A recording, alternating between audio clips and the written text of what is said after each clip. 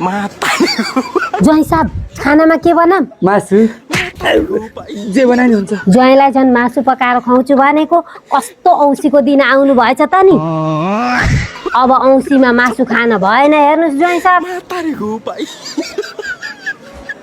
होइन कहाँ जान लाउनु भयो ज्वाइँ साहब? अब औँसीको दिन ससुराले यहाँ बस्न हुन्न अरे, भोलि आउँछ है त।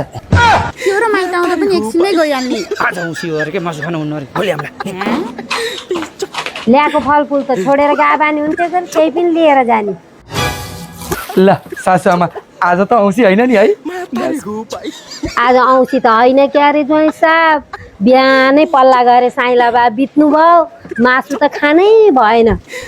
टिका लगाइदिन पनि मिलेन, अनि दक्षिणा? दक्षिणा पनि त दिन भएन नि ज्वाइँ साहब। यस्तो बेला त यस्तो बेला त फलफुल पनि दिनु हुन्न क्या के सासुआमा? होइन, फलफुल त यस्तो बेला फलफुल खाने हो, नुन खान भएन। एउटा मलाई याद आयो सासुआमा, मलाई 13 दिनको लागि उहाँ काठमाडौँ जान पर्ने छ एउटा कामले गर्दाखेरि। मलाई कस्तो भर्खर याद आयो, म 13 दिनपछि आउँछु है सासुआमा है। नुन नहालेकै खाने भए त मैले घरै खाइहाल्थेँ, ससुराले किन आउनु पर्थ्यो र? अब 13 दिनपछि फेरि कौनु के मर्ने हो फेरि।